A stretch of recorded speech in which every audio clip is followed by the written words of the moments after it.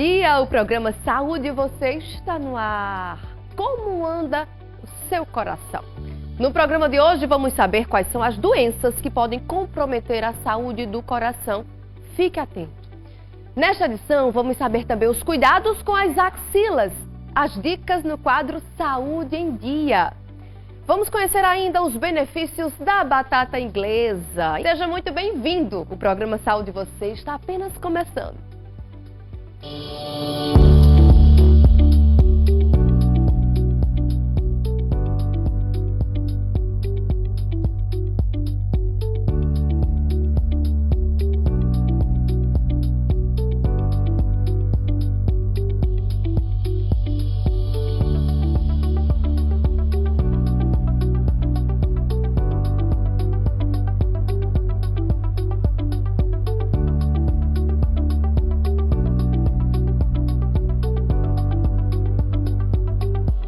Que maravilha! Mais um sábado gostoso nesse verão lindo da nossa Paraíba e que estamos juntos aqui na sua TV Arapuã e Band.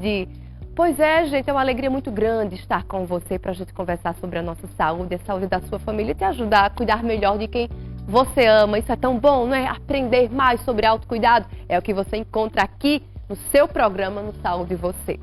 E vamos começar então falando de algo que todo mundo precisa conhecer bem: saúde do coração.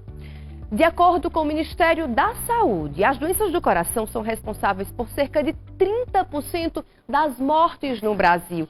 Olha que dado importante, olha que impacto na nossa saúde. Mas e aí, gente? Como se prevenir? Qual é a hora de procurar um especialista?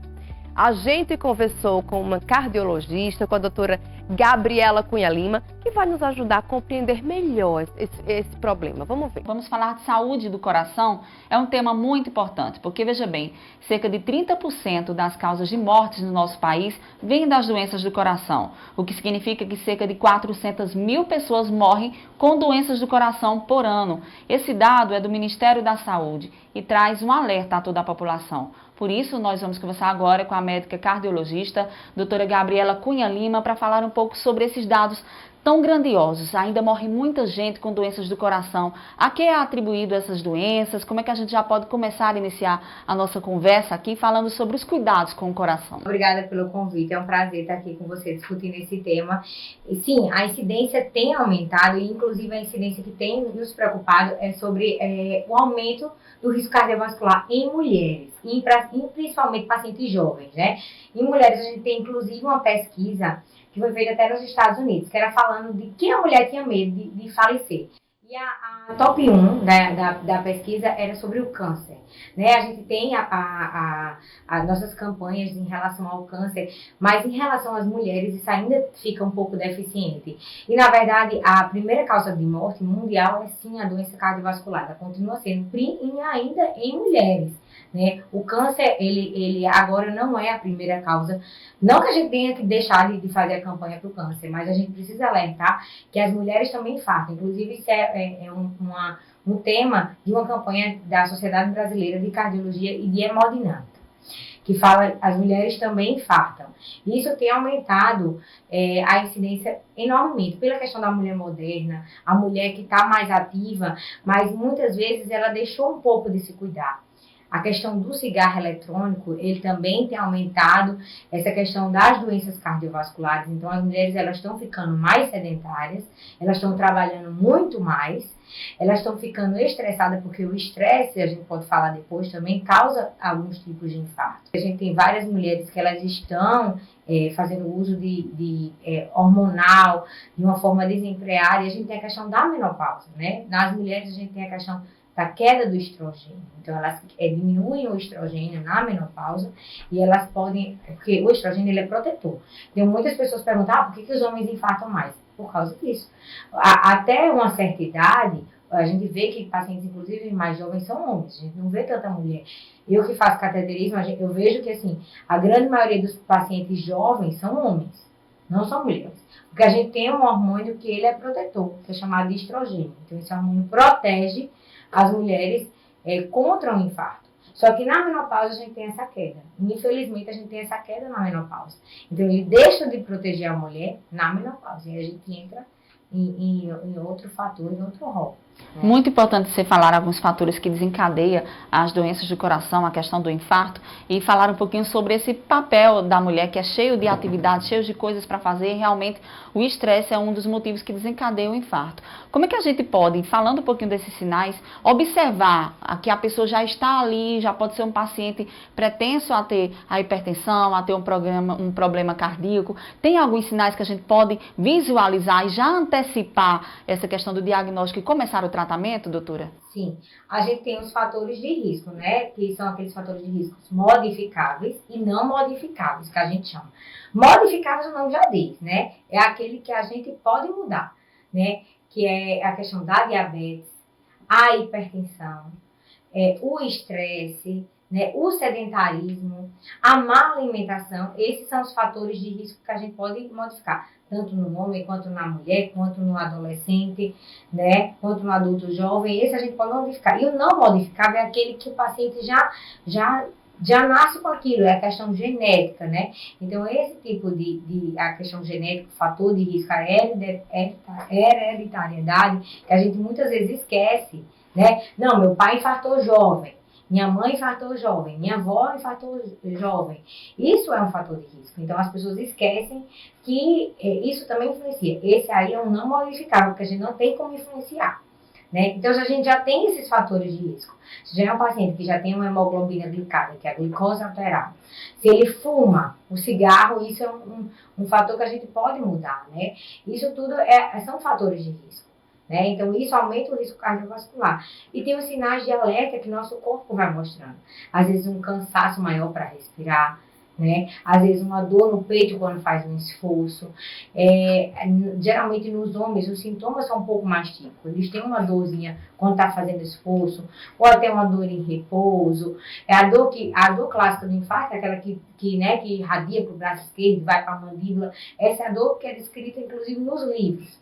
Porém, em pacientes diabéticos, essa dor ela pode se apresentar diferente. Às vezes é uma dor do estômago, às vezes é só vômito, com mal-estar. O diabético engana a gente, porque assim, a sensibilidade dele é diferente. E nas mulheres, às vezes há uma dor que vem às vezes até nas costas. Uma dor, eu já peguei paciente que estava infartado com uma dor no braço direito e que estava com uma queixa de dorzinha no estômago. Isso não é para a população se assustar. Isso é só para lembrar que às vezes pode aparecer diferentes sintomas e que a gente deve procurar uma ajuda. Se a gente está notando que no nosso corpo a gente se conhece, né? Que não está normal, que a gente está... Não, eu subi uma escada tranquilamente. Agora para eu subir uma escada eu estou cansando muito mais. Cansando da parte respiratória.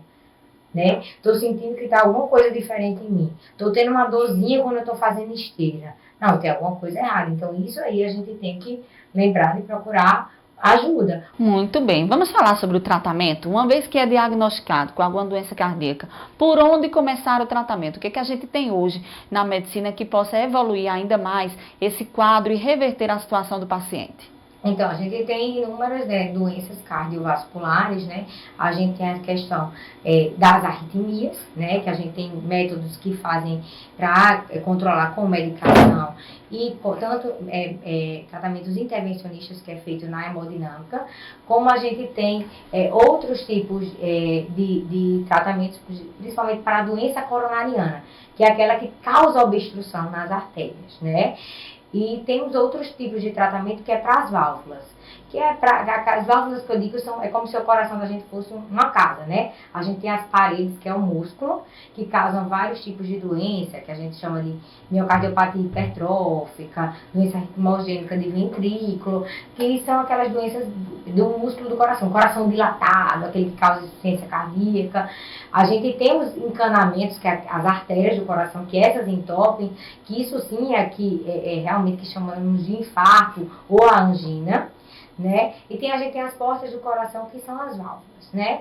Falando mais do que a população tem dúvida, a gente fala a respeito do infarto agudo do miocárdio, né? O infarto é aquela obstrução que a gente tem na artéria, pela falta de passagem de fluxo sanguíneo, que ele pode se dar por inúmeros fatores, né? Um dos fatores é a placa, que é o trombo, né? A gente tem o trombo e a gente tem a placa de gordura, que são coisas diferentes. Muito na época do Covid, a gente se falava, não, os pacientes estão infartando muito mais. Geralmente os pacientes do Covid, eles infartavam mais também pela questão dos trombos, né? E nessa era pós-Covid a gente tá pegando, né? Que tem toda essa questão da polêmica, então muito trombo. E a placa de gordura é aquela que a gente consegue ir detectando nos exames, que é aquela placa que ela vai crescendo ao longo dos anos e ela vai se aderindo nas artérias, né? Então isso a gente tem métodos que são não invasíveis, que a gente consegue detectar, que é a tomografia, que é aquela foto das imagens do coração, que o médico, a partir daí, ele pode ou não indicar um cateterismo, que é o exame, ainda é o exame padrão ouro, chama-se cateterismo cardíaco, né? E a gente está aqui num local que realiza esse tipo de procedimento. Tá, então, ficou atento? Percebeu como é importante a gente ter cuidados no nosso dia a dia? Como é importante uma alimentação equilibrada, uma rotina de exercícios físicos? Gente, parece até clichê estar repetindo a mesma coisa, mas isso significa saúde. Uma alimentação de boa qualidade, sem excessos, repetidos exercícios físicos com frequência, uma rotina de exercícios físicos. Parece até chato que a gente fica sempre falando disso, mas é tão importante, não é mesmo? Aferir sempre a sua pressão arterial de vez em quando para verificar se está tudo bem. E quem já tem problemas no coração, aí sim os cuidados são redobrados. Da limpeza, a escolha do desodorante. Você costuma cuidar bem das suas axilas? Quer saber como ter axilas saudáveis e bem cuidadas? Confira as dicas no quadro Saúde em Dia.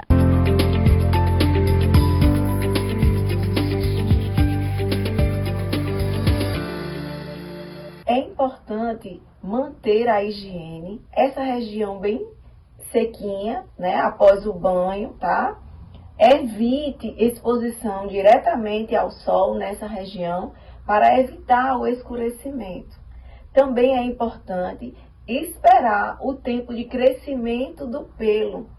Pelo menos a cada 15, 20 dias é um intervalo entre uma depilação e outra.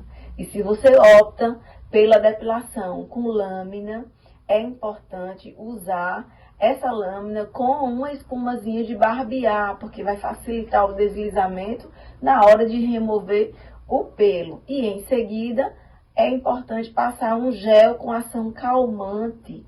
Camomila, calêndula, lavanda, são ativos que ajudam a acalmar a pele e ainda dá aquele clareamento que a gente gosta.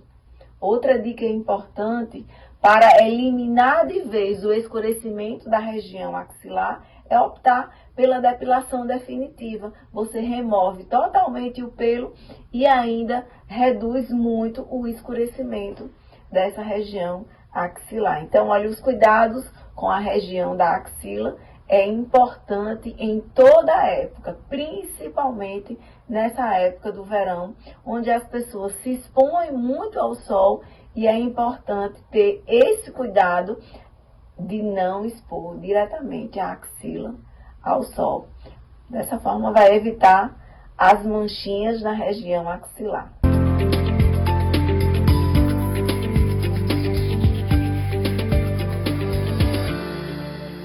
A gente vai agora a um rápido intervalo, mas não sai daí não, que daqui a pouquinho a gente volta com muito mais informação importante para você. Até já!